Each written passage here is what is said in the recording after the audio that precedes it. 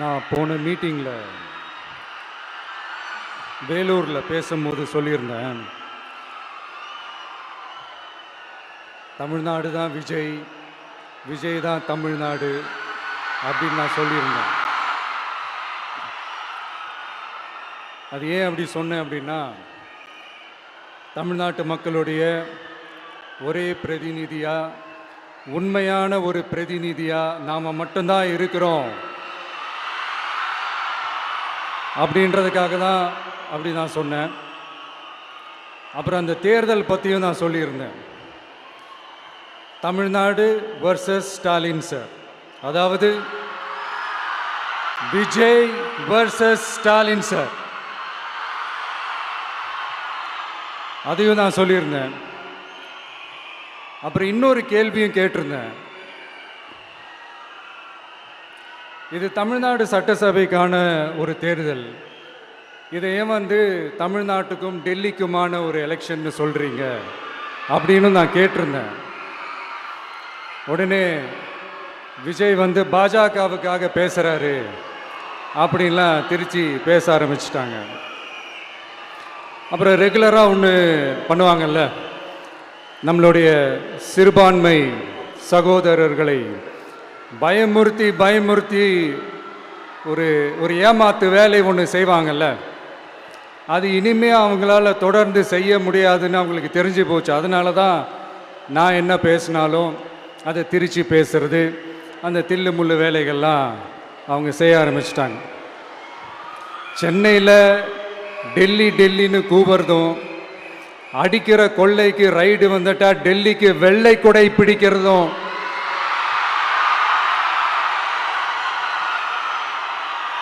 இதெல்லாம் யாருன்னு உங்களுக்கே நல்லா தெரியும். தமிழ்நாட்டை காப்பாற்றுறது திமுக தான், தமிழ்நாட்டை பிழைக்க வைக்கிறது திமுக தான், இதெல்லாமே பண்ணுறது திமுக தான், ஸ்டாலின் சார் தான். இதெல்லாம் ஒர்க் அவுட்டே ஆகாது பாஸ்.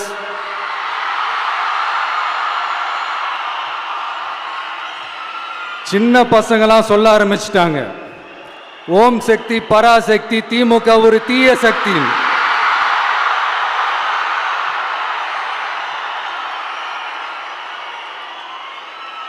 அதனால் இந்த தமிழ்நாடு இன்னொன்று வேற ஒன்று சொல்கிறாங்க. அது என்னடானா, தமிழ்நாட்டு அணி டெல்லி அணியா. கிரிக்கெட்டில் கூட தமிழ்நாட்டு அணியை டெல்லி அணியால் தொட்டு கூட பார்க்க முடியாது.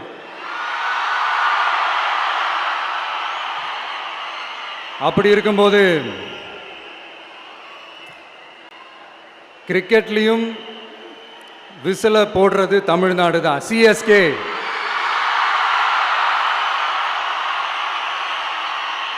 வரப்போற எலெக்ஷன்லையும் விசில போட போறது நம்ம டிவிக்கே தான். தமிழ்நாடு தான் டிவிக்கே, டிவிக்கே தான் தமிழ்நாடு. இந்த அணி அந்த அணி டெல்லி அணி இதெல்லாம் அனைத்தும் உடைஞ்சி நொறுங்கும், டிவிக்கே அடிச்சு நொறுக்கும்.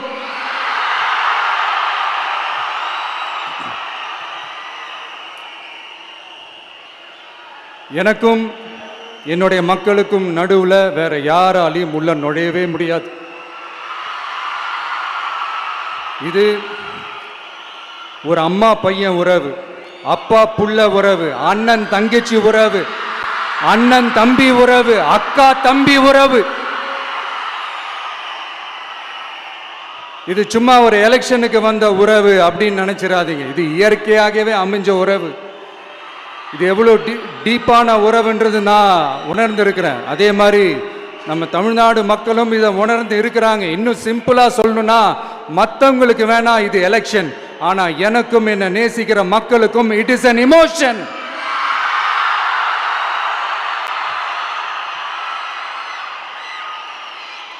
And it is not an ordinary emotion. It is a powerful oceanic emotion.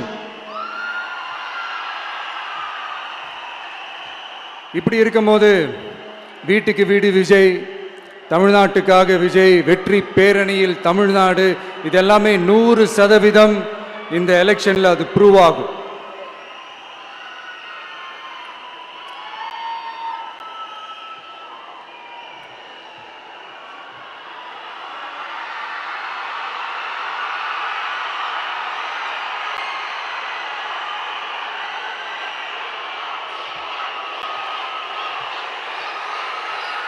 நீங்க எல்லாரும் எனக்கு இன்னொரு உறுதிமொழியை ஒன்று கொடுக்கணும்.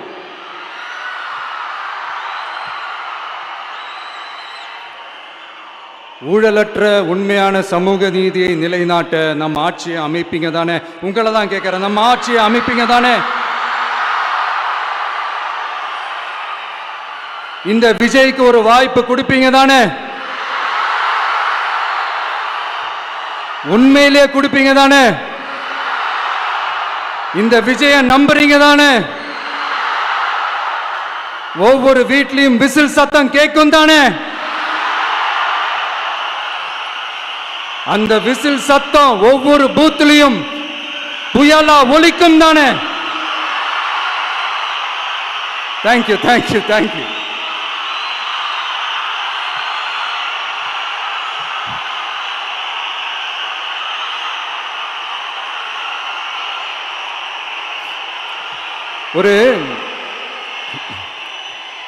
ஒரு டாக்டர் இருக்காருன்னா நாம் எப்போ அவரை பற்றி யோசிப்போம்? இப்போ நமக்கு ஏதாவது உடம்பு சரியில்லை அப்படின்னா அவரை யோசிப்போம், அவர் ஞாபகம் வரும். அது மாதிரி நமக்கு ஏதாவது ஒரு பிரச்சனை அப்படின்னா ஒரு வக்கீலை தேடிப்போம், அவர் ஞாபகத்துக்கு வருவார். இது மனித இயல்பு. அந்தந்த பிரச்சனை வரும்போது நம்ம அவங்கவுங்கள தேடி போவோம். ஆனால் டெய்லி பேசிஸ் நம்ம சும்மா சாப்பிடும் போது கூட நம்மளை அறியாமல் ஒருத்தவங்களை பற்றி நினைப்போம், நம்மளை அறியாமல் அவங்களுக்கு நாம் நன்றி சொல்லுவோம். அந்த மதிப்பிற்குரிய அந்த மனிதர்கள் வேற யாரும் இல்லை, விவசாயி விவசாயி விவசாயி.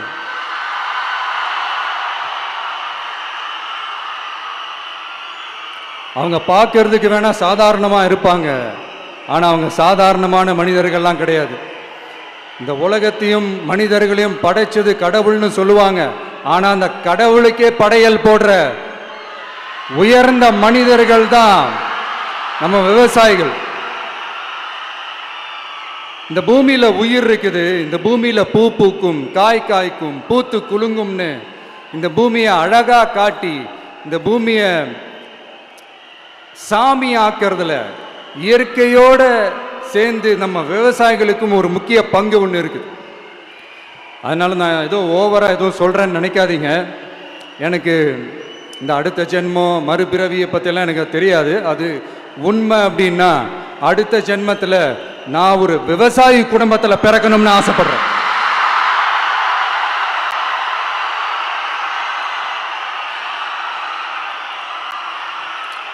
எனக்கு விவசாயத்தை பற்றி டீட்டெயில்டாக தெரியாது தான், நான் ஒத்துக்கிறேன். அதனால் மற்றவங்க மாதிரி நானும் டெல்டாக்காரன் தான் அப்படின்னு உங்கள் காதில் டால்டா ஊத்தலாம் நான் வரல. எனக்கு விவசாயத்தை பற்றி டீட்டெயிலாக தெரியலனா கூட அவங்க படுற கஷ்டங்களை பற்றி எனக்கு நல்லாவே தெரியும். நம்மளுடைய முதல் அரசியல் பயணம் தொடங்கினதே அந்த பரந்தூர் விஷயத்தை கையில் எடுத்து தான். அதனால் நம்மளுடைய இந்த ஆட்சி அமைஞ்சதும் தீர்க்க வேண்டிய முக்கியமான பிரச்சனைகளில் நம்மளுடைய விவசாய பிரச்சனைகளும் ஒன்று. முதல்வர் அவர்களுக்கு இந்த மாதிரி நீங்கள் அது செஞ்சிட்டேன் இது செஞ்சிட்டேன் அப்படின்னு நிறையா பெருமையாக சொல்லிக்கிறீங்களே, ஒரு அடிப்படை ஒரு பிரச்சனையை பற்றி ஒன்று பேசுவோமா? கொஞ்ச நாளைக்கு முன்னாடி ஐநா சபை ஒரு ரிப்போர்ட் ஒன்று வெளியிட்டிருந்தாங்க. அது கூட தினத்தந்தி நியூஸில் கூட வந்துச்சு. உடனே கூகுள் பண்ணி எதுவும் தேடாதீங்க, உங்கள் ஏஜென்சி வச்சு எதுவும் சர்வே கிர்வே எடுக்காதீங்க. எதுக்கு உங்களுக்கு சிரமம்? நானே என்னன்னு சொல்கிறேன். தண்ணீர் திவால் அப்படின்ற அந்த தலைப்பில் தண்ணியே இல்லாமல் திவால் ஆக போகுது அப்படின்ற அந்த கட்டுரை படிக்கும் போது உண்மையிலேயே மனசுக்கு ரொம்ப பகீர்னு இருந்தது. இந்தியாவிலேயே அது முக்கியமாக நம்ம தமிழ்நாட்டில் இன்னும் கொஞ்ச காலத்திலேயே தண்ணியே இல்லாமல் திவாலாக போகுதான். அதுக்கு காரணம் நிலத்தடி நீரை பாதுகாக்காமல் விட்டது தான் காரணமாக. மண்ணையும் மணலையும் கொள்ளையடிச்சா பின்ன வேற என்ன நடக்கும்? மலைகளை முழுகினா பின்ன வேற என்ன நடக்கும்? கனிம வளங்களை கொள்ளையடிச்சா பின்ன வேற என்ன நடக்கும்? இந்த மணல் கொள்ளையில் ஈடுபட்டவங்களை மேலே நீங்கள் சரியாக நடவடிக்கை எடுக்கலைன்னு அது போதுமானதாக இல்லை அப்படின்ட்டு சென்னை உயர்நீதிமன்றம் சொன்னிச்சே, மறந்துட்டீங்களா? இந்த மணல் கொள்ளை, கனிம வள கொள்ளை, இதுக்கெல்லாம் காரணம் மணல் மாஃபியா குரூப் தான் மதுரை உயர்நீதிமன்றம் அந்த கிளை சொன்னுச்சு. அதை மறந்துட்டீங்களா? இந்த மணல் மாஃபியா குரூப்புக்கு ஆதரவு அளிக்கிறது யாரு? உங்க திமுக கவர்மெண்ட் தானே. அது இல்லைன்னு சொல்ல முடியுமா? அவங்களோட டீலிங்ல இருக்கிறது யாரு? நீங்க தானே. அது இல்லைன்னு சொல்ல முடியுமா? தண்ணி திவாலாக போகுது, மணல் திவாலாக போகுது, கனிம வளம் திவாலாக போகுது. மொத்தத்தில் உங்க ஆட்சியில தமிழ்நாடு திவாலாக போகுது. கடன் மேல கடன் வாங்கிட்டு உங்க கவர்மெண்ட்டே குப்பராட்சி படுத்துக்குச்சு. உங்ககிட்ட பேசுறதும் ஒண்ணுதான். சரி, அதை விடுங்க.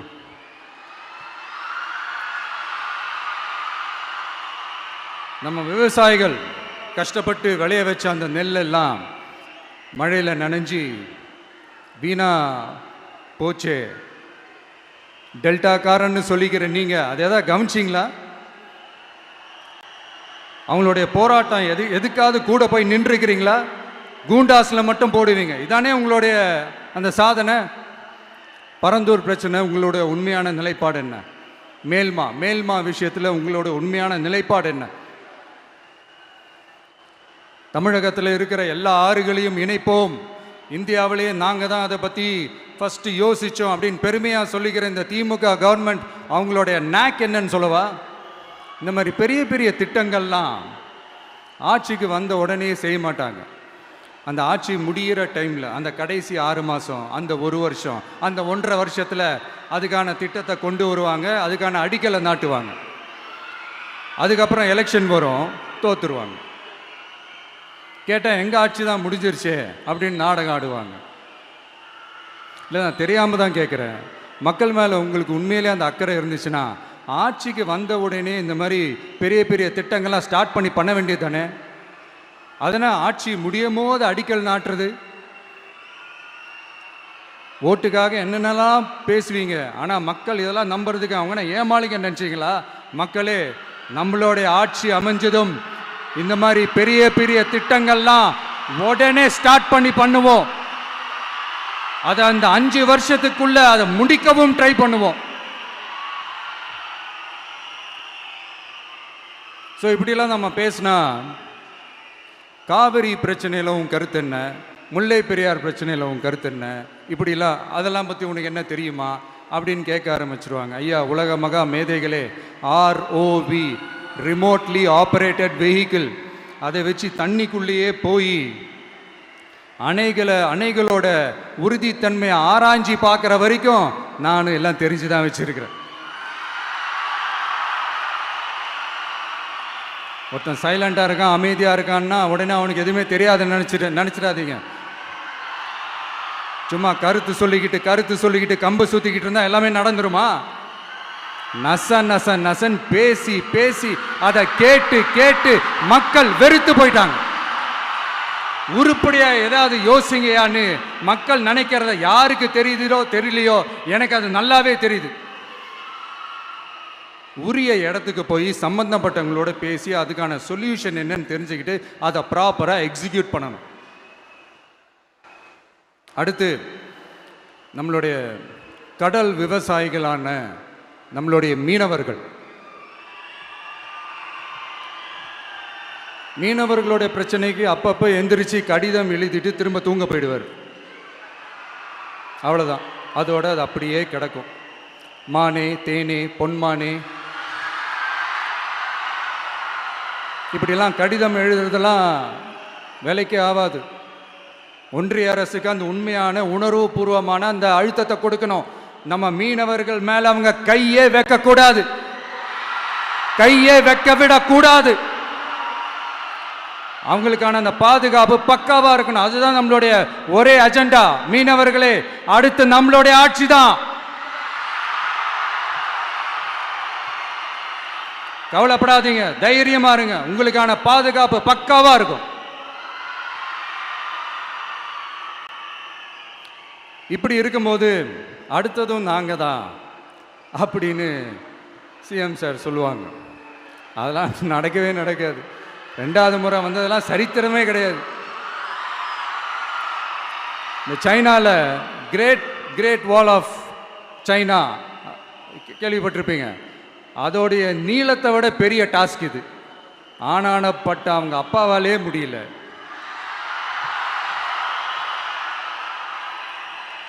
நான் முன்னாடியே சொன்ன மாதிரி உரிய இடத்துக்கு போய் சம்மந்தப்பட்டவங்களோட பேசி அதுக்கான சொல்யூஷன் என்னன்னு தெரிஞ்சுக்கிட்டா அதை எக்ஸிக்யூட் பண்ணுறது தான் ஒரு தெளிவான அரசியல். சும்மா ஆறுதல் சொல்கிறதெல்லாம் தெளிவான அரசியல்லாம் கிடையாது. அதெல்லாம் ஒரு ஹம்பக் அரசியல். அரசியலுக்கு வந்துட்டா கலெக்ஷன் பார்க்கலாம் அப்படின்றதெல்லாம் அரசியல் கிடையாது. உண்மையிலே மக்களுக்கான அந்த உழைப்பு இருக்கணும். அதனால தான் நாம் அரசியலுக்கு வந்திருக்கிறோம். இது எதிரிங்களுக்கு நல்லாவே தெரியும். அதனால தான் நம்மளை சுற்றி அத்தனை சதிகள். அதில் முக்கியமான சதி என்ன தெரியுமா? இதை பாரு, ஒன்று நீ இல்லைனா நான் இல்லைனா நீ இல்லைனா நான். நமக்குள்ள வேற எவனும் நடுவில் வந்துடக்கூடாது. நாம 2 பேரால மட்டும்தான் மக்களை ஈஸியா ஏமாற்ற முடியும். இந்த விஜய் வந்ததுனால நமக்கு பொழப்பே போச்சு. மக்கள் வேற அவனை தான் நம்புறாங்க. நாம வெளியே அடிச்சுக்கிற மாதிரி அடிச்சுக்கிட்டாலும் உள்ள நம்மளுடைய டீலிங் பக்காவா இருக்கணும். மக்களோட ஃபீலிங்ஸை பற்றிலாம் நமக்கு கவலை இல்லை. நமக்கு டீலிங் தான் முக்கியம். மாற்றி மாற்றி ஆட்சிக்கு வந்துடலாம்னு நினைச்சோம். ஆனால் அது நடக்காது போல் இருக்கு. அதனால நீ என்ன பண்ற? எஸ்ஓபின்னு போட்டு ஒரு பக்கம் அவனை தடுத்துரு, இன்னொரு பக்கம் அவன் மேல பழி போட்டு நானும் தடுத்துடுறேன். என்ன ஓகேவா? டீலிங் ஓகேவா? ஓவர்.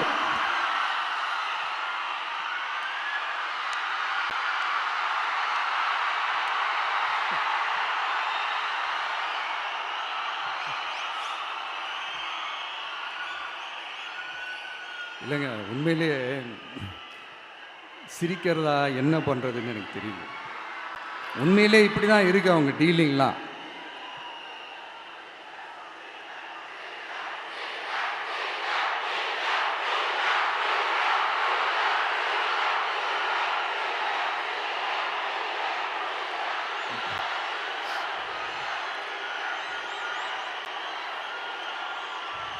இப்படி பழி மேலே பழி போட்டு கரூரில் ஆரம்பித்து நம்ம ஜனநாயகன் படம் ரிலீஸ் வரைக்கும். ஆனால் அந்த ரிலீஸ் பிரச்சனையில் நிறைய பேர் குரல் கொடுத்தாங்க. முக்கியமாக நம்மளுடைய முதல்வர் அவர்கள் கூட பூசி மொழிகி பட்டும் படாமல்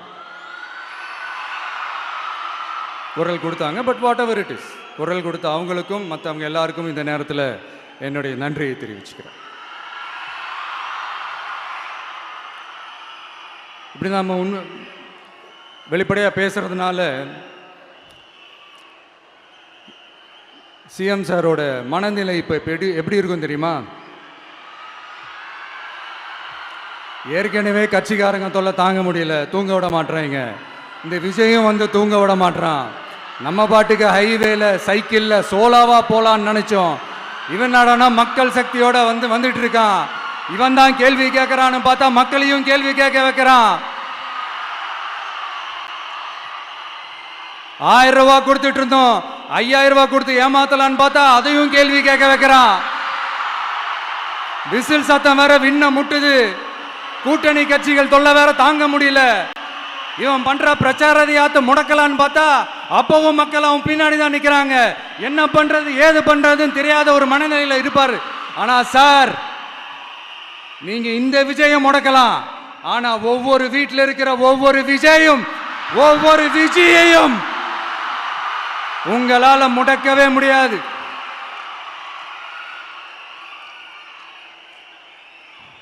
அவங்களாம் ஆல்ரெடி பிரச்சாரத்தை ஸ்டார்ட் பண்ணிட்டாங்க சார்.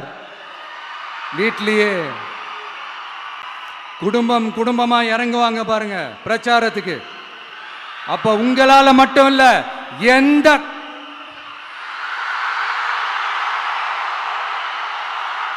யாராலையும் தடுக்க முடியாது.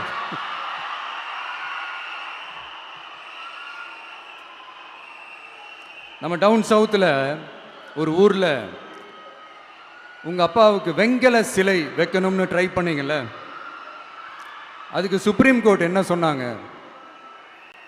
மக்களோட பணத்தில் யாருக்கு புகழ் பாட பார்க்குறீங்க அப்படின்னு கேட்டாங்கல்ல. அதுக்கு என்ன அர்த்தம் தெரியுமா? ஊராம் வீட்டு நெய்யில உங்க வீட்டுக்கு ஸ்வீட் செய்யாதீங்க. எப்படி? ஊராம் வீட்டு நெய்யில உங்க வீட்டுக்கு ஸ்வீட் செய்யாதீங்கன்னு அர்த்தம். மக்களோட ஒரு அடிப்படை வாழ்வாதாரத்துக்கு ஏதாவது பிரச்சனைக்குன்னு கேட்டா நிதி சுமைன்னு சொல்றீங்க. செல வைக்கிறதுக்கு மட்டும் எங்கிருந்து சார் காசு வருது?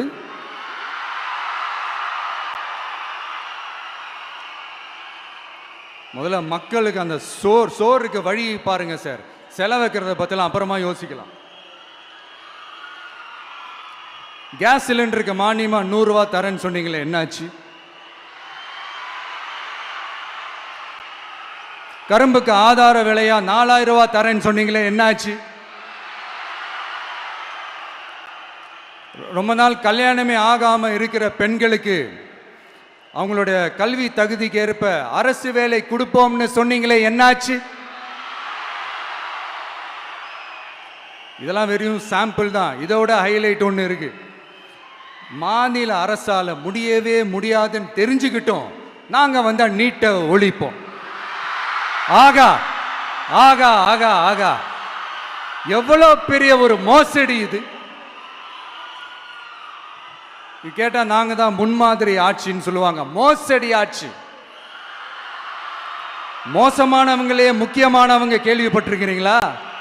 அந்த மாதிரி மோசடி ஆட்சியிலே முக்கியமான ஆட்சி இந்த திமுக ஆட்சி. மக்களே, மக்களை நேசிக்கிற விஜய் வேணுமா? மக்கள் விரோத ஆட்சி நடத்துற ஸ்டாலின் சார் வேணுமா?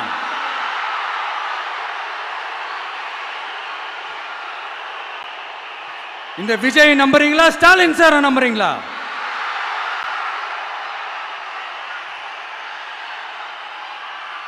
இந்த சத்தத்துக்கு அர்த்தம் தெரியுமா சார்? ஸ்டாலின் தொடரட்டும் அப்படின்னு அர்த்தம் கிடையாது. தீய சக்தி திமுக ஆட்சி மறையட்டும், தூய சக்தி டிவிகே ஆட்சி வரட்டும். நானும் உதிக்கட்டும்னு சொல்லாம்னு நினைச்சேன், பார்த்தா அதை வேற திருச்சி பேச ஆரம்பிச்சிருவாங்க. திருநெல்வேலியில், நாங்குநேரியில் இப்போ ரீசெண்டா ஒரே லைன்ல சொல்லணும்னா, நம்ம நண்பர் ஒருத்தர் ட்வீட் போட்டிருந்தாரு, அதையே சொல்றேன். ஸ்டாலின் தொடரட்டும், சட்டம் ஒழுங்கு சந்தி சிரிக்கட்டும். இதுதான் அந்த பிரச்சனைக்கு ஒரே லைன்.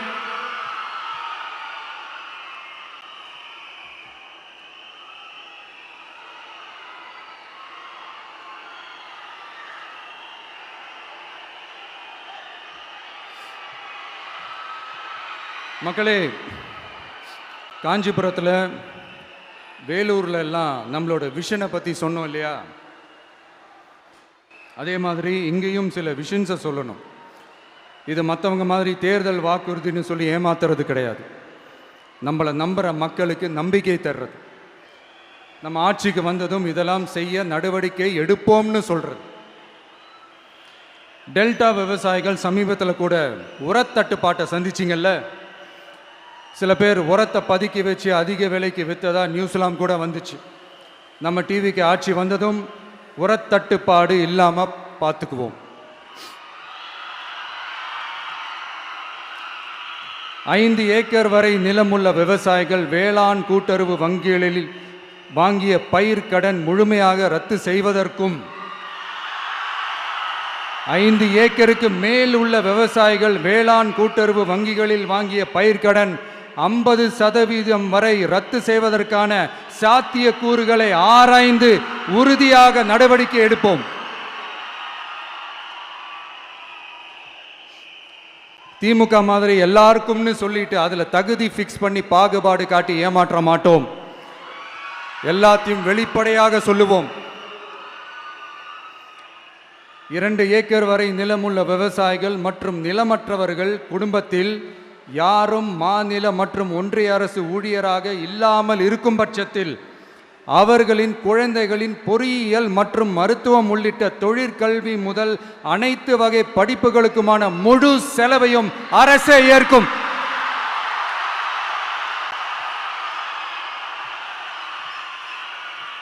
விவசாயிகளின் விருப்பத்திற்கு எதிராக எந்த திட்டமாக இருந்தாலும், ஒன்றிய அரசின் நெருக்கடியே இருந்தாலும், அந்த திட்டத்தை உங்களுடைய டிவிகே ஆட்சி முழுமையாக நிராகரிக்கும். எப்போதும் விவசாயிகளின் பக்கமே நம் ஆட்சி நிற்கும். கொள்முதல் நிலையங்களில் முறையாக நெல் மூட்டைகள் பாதுகாக்கப்படும்.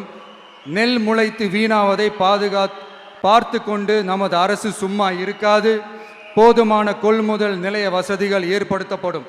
அதே போல கொள்முதல் நிலையங்களில் கொள்முதல் செய்வதற்கோ மூட்டை ஏற்றி இறக்கவோ ஒரு பைசா கமிஷன் வாங்காமல் பார்த்து கொள்ளப்படும். அப்படி கமிஷன் வாங்குவது யாராக இருந்தாலும் கடும் நடவடிக்கை எடுக்கப்படும்.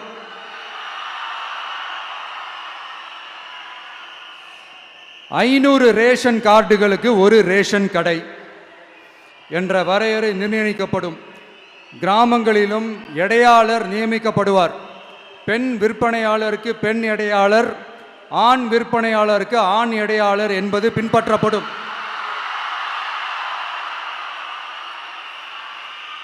ரேஷன் கடைகளில் அரிசி தவிர அனைத்து பொருள்களும் பாக்கெட் செய்து விநியோகிக்கப்படும். மீனவர்களுக்கு ஒன்றிய அரசு சட்டப்படியான பாதுகாப்பை உறுதி செய்ய வேண்டும். அதற்கான உண்மையான உணர்வுபூர்வமான அழுத்தத்தை ஒன்றிய அரசுக்கு நமது டிவிக்கு அரசு கொடுக்கும். நான் மீண்டும் சொல்றேன். கல்வி, மருத்துவம், ரேஷன், குடிநீர், சாலை வசதி, பஸ் வசதி, இது மாதிரி அடிப்படை விஷயங்களுக்காகத்தான் நம் அரசு முதல்ல முக்கியத்துவம் கொடுக்கும். எனக்கு நம்மளோட குழந்தைகள், நம்ம பெண்கள், நம்ம இளைஞர்கள் லைஃபுக்கு முன்னுரிமை கொடுக்கணும். அரசு வேலை வாய்ப்புகள் மட்டும் இல்லாம தனியார் வேலை வாய்ப்புகளுக்கான வழியையும் உத்தரவாதத்தையும் உருவாக்கணும். அப்படி நாம் உருவாக்கிட்டாலே அவங்களுக்கான ரூட்டை நம்ம இளைஞர்கள் அவங்களே தேர்ந்தெடுத்துப்பாங்க. இத்தனை கோடி அத்தனை கோடி ஒப்பந்தம்னு சொல்லி விளம்பரம் மட்டும் செய்யாம உண்மையான ஒப்பந்தம் போட்டு வெள்ளை அறிக்கை வெளியிட்டு அதை செயல்படுத்தினாலே போதும், எல்லாம் தன்னாலே நடக்கும். இங்க என்னனையும் சொல்ல நினைக்கிறேன். இங்க அடுத்து நாங்க தான் நெஞ்ச நிமித்திரி கூவுற யாராச்சும் நாங்க ஊழலே செய்யாதவங்கன்னோ ஊழல் செய்யவே மாட்டோம்னோ நெஞ்ச தொட்டு மனசாட்சியோட சொல்ல முடியுமா? ஆனா நாம இன்னைக்கு இல்ல, ஆட்சிக்கு வந்ததுக்கு அப்புறமும் ஓப்பனா தில்லா கட்ஸா சொல்லுவோம்.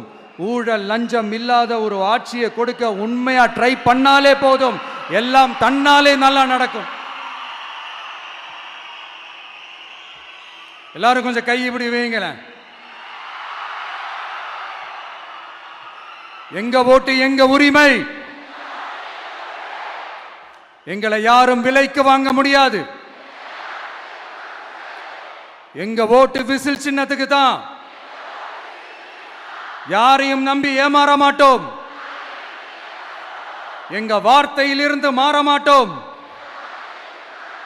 இது நிஜம். தேங்க்யூ.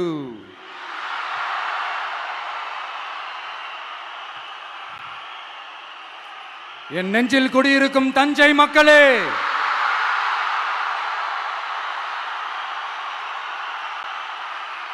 என் நெஞ்சில் குடியிருக்கும் வேலூர் மக்களே, வேலூர்ல இதை நான் சொல்ல மறந்துட்டேன், சாரி. உங்களுக்காக இங்க நான் சொல்றேன். உங்களோட நான் இருக்கேன், நம்மளோட நம்ம மக்கள் இருக்கிறாங்க. இதுக்கு மேல என்ன வேணும்? கான்பிடென்ட்டா இருங்க, நல்லதே நடக்கும், வெற்றி நிச்சயம். மீண்டும் சந்திக்கும் வரை நன்றி, வணக்கம்.